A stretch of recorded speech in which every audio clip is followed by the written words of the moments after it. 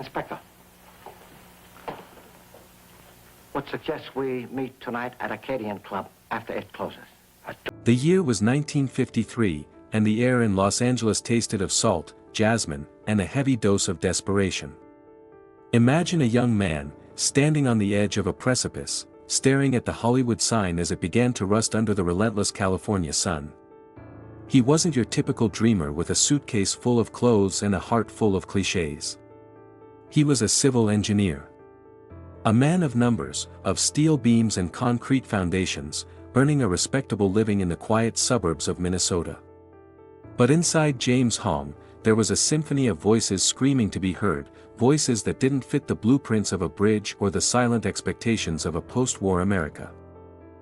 He walked away from the security of a government pension and drove west, chasing a flicker of light that most told him was a ghost. But the tragedy of James Hong's beginning wasn't that he lacked talent, it was that Hollywood, in its most golden and cruel era, didn't have a soul to match his ambition. You see, the same industry that sold us the American dream was, at that very moment, busy painting the faces of white actors with yellow grease paint, pulling their eyelids back with surgical tape to play the very roles James was born to inhabit. He arrived in a city that wanted his presence but demanded his invisibility.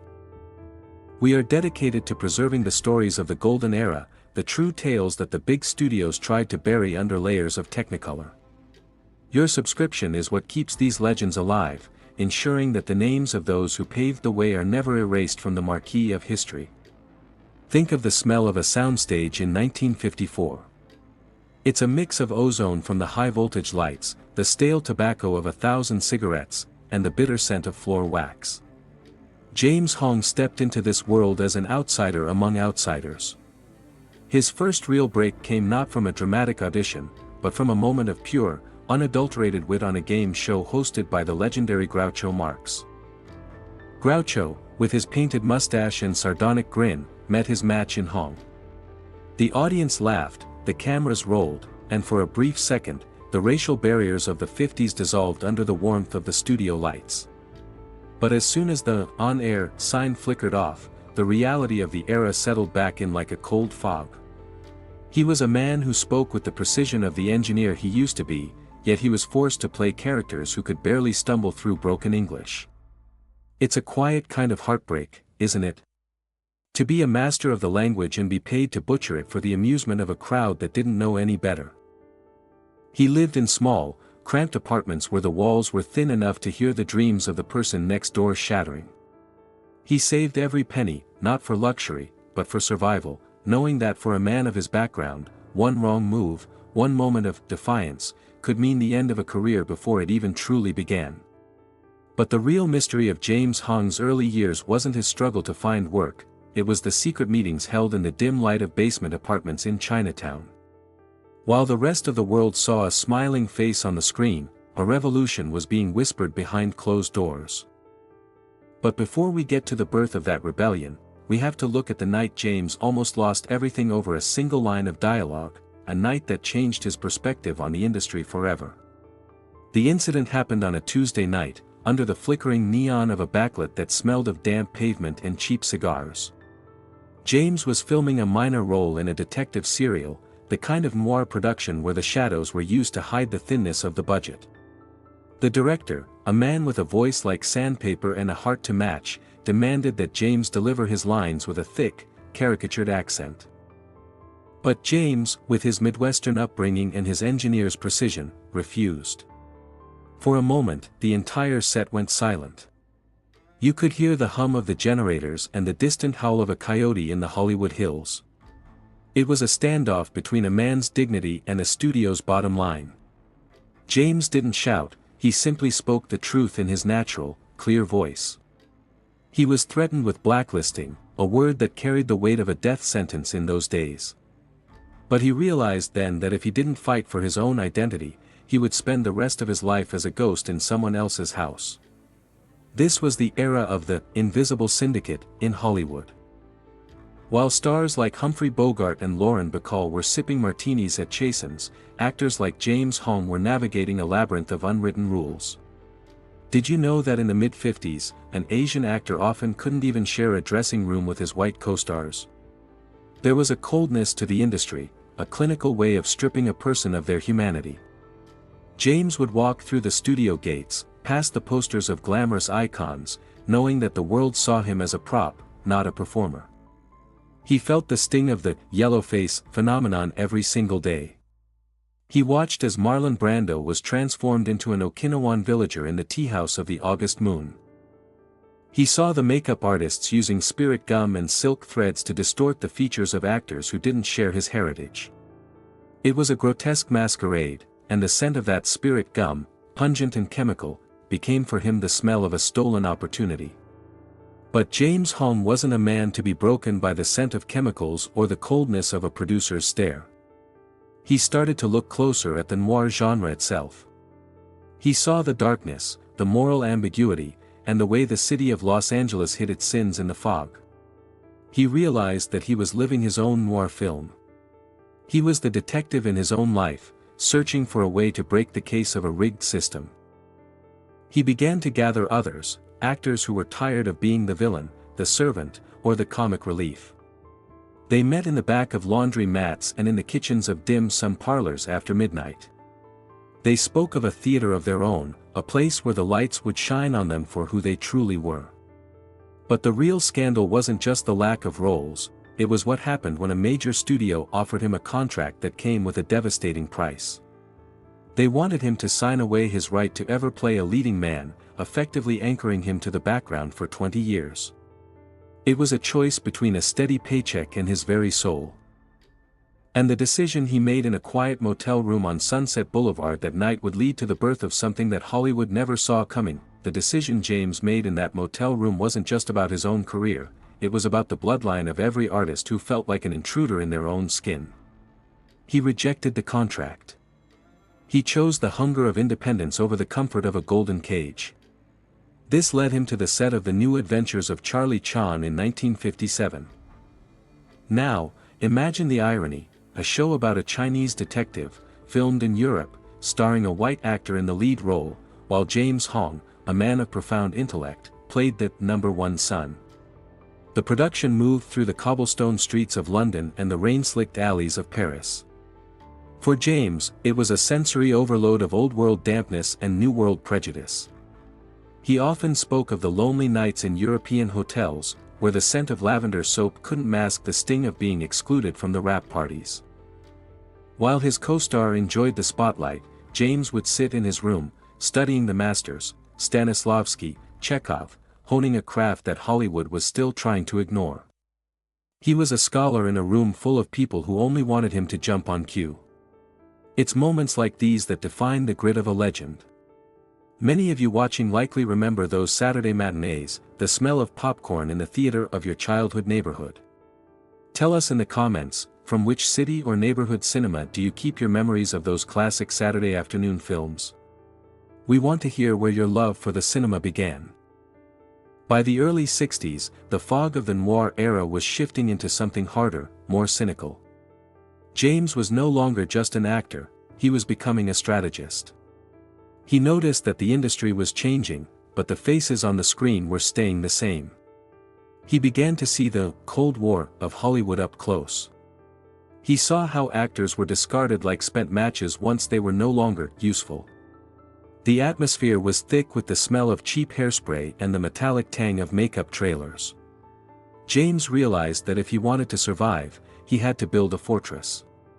But the real mystery of this period wasn't the roles he lost. It was the secret society he was building in the shadows of a warehouse on Santa Monica Boulevard. A place where the rules of the major studios didn't apply. But as he poured his life savings into this dream, a tragic event on a nearby set nearly cost him his reputation. A scandal involving a missing prop, a disgruntled director, and a false accusation that threatened to put James in the crosshairs of the LAPD. The warehouse on Santa Monica Boulevard was more than just a building, it was a sanctuary with the scent of sawdust, old velvet curtains, and the electric hum of a collective dream. In 1965, while the world was distracted by the glitz of the Sunset Strip, James Hong was laying the bricks for what would become the East-West Players. He didn't just want a stage, he wanted a revolution. He used his engineering background to build the sets, and his actors' heart to fill them with life. But this dream almost turned into a nightmare when a series of mysterious thefts on a major studio lot were blamed on the actors from the warehouse. It was a classic noir setup. The air was thick with suspicion, and the police, men in gray suits and brimmed hats, began questioning James in the early hours of the morning. They looked at him with the same narrow-eyed distrust that characters in a Raymond Chandler novel reserved for the unusual suspects. The false accusation was a calculated move by a producer who felt threatened by Hong's independence. But James, ever the strategist, used the logic of an engineer to dismantle their lies. He showed them that the missing equipment couldn't have been in his possession, proving his innocence with a calm that unnerved the detectives. He didn't just survive the scandal, he used it as fuel. The theater became a beacon. Imagine the atmosphere: a small, dark room, the smell of damp brick, and the intense heat of the stage lights. For the first time in Hollywood history, actors of color weren't playing servants or villains, they were playing kings, lovers, and heroes. James was the silent protector of this flame. He worked 12-hour days on film sets playing the waiter, just so he could spend the night directing Hamlet in a basement. It was a dual life that would have broken a lesser man. But as the 1960s bled into the 1970s, the old Hollywood began to crumble. The big studios were losing their grip, and a new breed of filmmakers was emerging. These were men who had grown up watching James in the shadows and recognized the power in his eyes. One of these men was a young, intense director named Roman Polanski. He was about to cast James in a film that would redefine the noir genre forever. But the set of Chinatown wasn't just a movie set, it was a psychological battlefield, and James Hong was about to find himself in the middle of a war between two of the biggest egos in cinema history. The air on the set of Chinatown in 1974 was thick with more than just the simulated smog of 1930s Los Angeles. It was heavy with the scent of expensive cologne, burnt coffee, and the sharp, metallic tang of an impending explosion. James Hong stepped onto that set not as a newcomer, but as a veteran who had outlasted the very system that tried to bury him. He played Con, the loyal butler to Faye Dunaway's Evelyn Mulray. To the casual observer, it was another servant role. But under Polanski's direction, and through Hong's masterful restraint, Con became the silent witness to the rot at the heart of the city. The set was a pressure cooker. Roman Polanski, the brilliant but volatile director, was constantly at odds with Faye Dunaway. The tension was so thick you could feel it on your skin, like the humidity before a thunderstorm. James watched from the wings as Jack Nicholson, cool, detached, and at the height of his powers, navigated the chaos. Hong saw things the public never did: the whispered arguments behind trailers, the way Faye's hands trembled between takes, and the obsessive, almost cruel precision Polanski demanded of every frame. In one particular scene, the director's demands pushed the cast to their breaking point, and for a moment, it seemed the entire production would collapse under the weight of its own ego. But James Hong remained the calm center of the storm. He understood the noir soul better than anyone because he had lived it. He knew that in this world, the person who sees everything and says nothing is the one who holds all the power. He brought a dignity to Con that wasn't in the script, a quiet authority that made the audience realize that while the heroes were tearing each other apart, the survivors were the ones keeping the world turning. As the 70s turned into the 80s, James found himself in yet another landmark production that echoed the shadows of his past: Blade Runner. Ridley Scott's vision of a rain-soaked, neon-drenched future was, in many ways, the ultimate evolution of the noir genre James had started in 30 years prior. Playing Hannibal Chu, the genetic designer of eyes, James was finally recognized for what he had always been: the man who helps us see the world for what it truly is. The smell of artificial fog and the damp chill of the massive sets at Warner Brothers felt like a homecoming. He was no longer fighting for a place at the table was now being built around him. But the real mystery wasn't how he survived the chaos of Chinatown or the cold of Blade Runner, it was a secret promise he made to a fellow actor who didn't make it. A man who had been his brother in arms during the warehouse days, and who disappeared from the industry under a cloud of tragedy. James carried a token of that friendship in his pocket for decades, a reminder of the cost of the Hollywood dream. But as the sun began to set on his peers, James Hong was only just beginning his final, and most triumphant, act. The modern era of Hollywood is a place of glass and silicon, a far cry from the dust and shadows of the 50s. But in the center of it all, James Hong stands like a monolith. As he entered his 90s, something miraculous happened. The industry didn't just stop ignoring him, it began to venerate him. He became the living bridge between the world of black and white film and the neon-saturated digital age. But as the accolades poured in and he finally received his star on the Hollywood Walk of Fame in 2022, there was a quiet, almost invisible melancholy in his eyes. He was standing there, the most prolific actor in history, but he was standing alone. Nearly everyone he had fought with, bled with, and dreamed with in those early days was gone.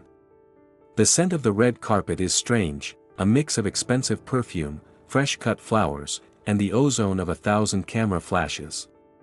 For James, it must have felt like a dream. He spoke of the spirit of those who paved the way, the ones from the warehouse on Santa Monica Boulevard who didn't live to see the change. He had kept his promise. He had outlasted the gatekeepers, the bigoted directors, and the cynical producers.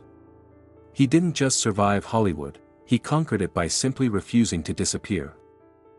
Don't let the cycle of history fade away. We are a community dedicated to the legends that time tried to erase. Subscribe now and join us in this mission of remembrance. And tell us, which film of this legend first captured your imagination? Was it the tension of Chinatown, the neon grid of Blade Runner, or perhaps a classic television appearance from your youth? Let us know in the comments.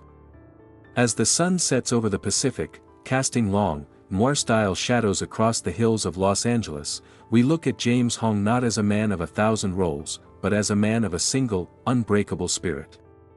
He is the engineer who built a bridge to a better future for every actor who followed him. His legacy isn't just in the 700+ credits on his resume, it's in the dignity he maintained when the world tried to take it away. He is the last immortal of a golden, dark, and beautiful era. And as the screen fades to black, we realize that the real secret of Hollywood wasn't the stars on the sidewalk, it was the resilience of the human heart, beating steadily in the shadows, waiting for its moment to shine.